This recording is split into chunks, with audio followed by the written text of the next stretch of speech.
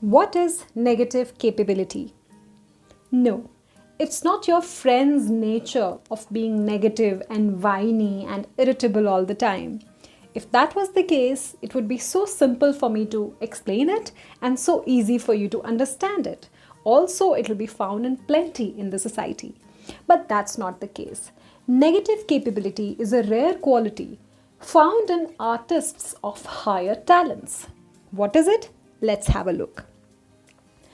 John Keats, the famous Romantic poet, gave this term negative capability in a letter written to his brothers in December 1817.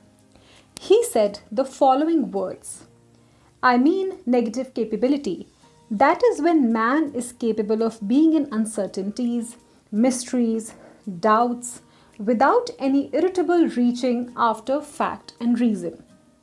To understand the above statement simply, we see that there's a clear division in the above sentence. On the one hand, there's man's capability of being in uncertainties, of being in mysteries, of remaining in doubt and enjoying that, the typical romantic tendency, right? On the other hand, there's the irritable reaching after fact and reason, the enlightenment tendency to find the facts, to find the reason, to find the scientific logic behind everything. So Keats, like other romantics, was against this irritable obsession about fact and reason, and he gives the term negative capability, which indicates broadly two things. Number one, an author who has negative capability first is objective. He maintains a distance, an aesthetic distance from his piece of work. He is not personally involved with the characters. He is not personally involved with the actions in the work of literature. He does not use his works to convince his readers of his personal beliefs. He forgets his own likes and dislikes. His ego is nowhere to be seen in the work. His personal choices become secondary, and the work takes precedence and the art takes a priority, right? Otherwise, the poetic vision is disrupted. This is the first quality that an artist with negative capability should have. The second thing that an artist with negative capability does is that he does not worry about explaining each and every phenomenon, event that takes place in his work of literature. By explaining such mysteries, the work of art, the charm of introducing the fairies, the uncertainty and doubt, that's the quality of good literature, it gets lost. So a poet with negative capability would not explain what's happening in his piece of work. He will not give reasons or facts or figures or explanations or justifications for the elements that he's introducing in his work of art. If he has this capacity, if he has this quality, he is said to have negative capability.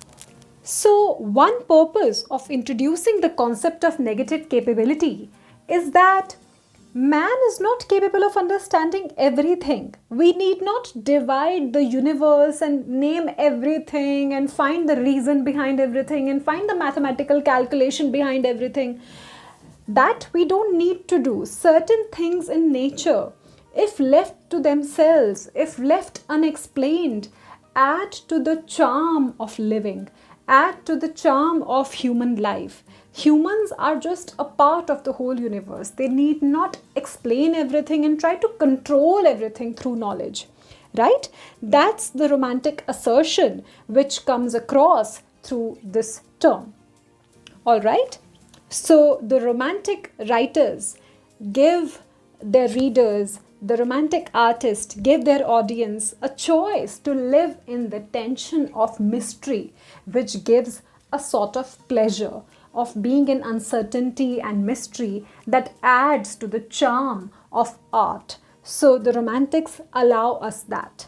For example, in Shakespeare's A Midsummer Night's Dream, when he introduces a play of fairies where fairies play a major part in the action and add to the charm, to the pleasure of the work, when he introduces in the same play a character called Puck who has a donkey's head for his head, the charm and the beauty and the mystery and the pleasure that it allows the readers to have is something else, is unique. Just imagine for a moment if Shakespeare tried to explain how Puck became what he became, from where did the fairies come and why the fairies are taking part in the action, and he tried to justify and explain and give the fact and reason and logic behind it. Wouldn't we be bored out of our minds? Wouldn't we just shut the book or switch off the TV and switch off whatever we were doing to watch that or to read it? So this is how some mysteries should be allowed to remain, and some mysteries add to our pleasure of enjoying art. Perhaps this is the reason John Keats mentions Shakespeare as a prime example of possessing negative capability. His art is a prime example of a display of negative capability. On the part of the readers, they should just sit back and enjoy, and shouldn't try to understand too much and shouldn't try to find the reasons and logic behind everything.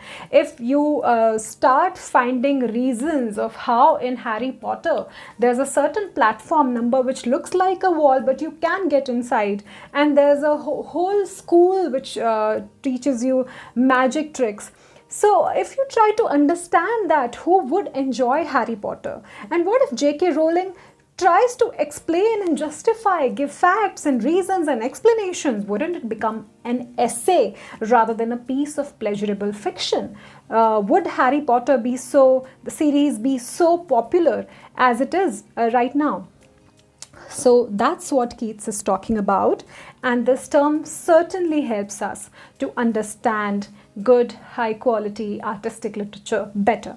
So I hope you understood it. Thank you for your time. If you liked the video and you understood what I told you, please consider giving the video a thumbs up, sharing it with your friends and subscribing to the channel.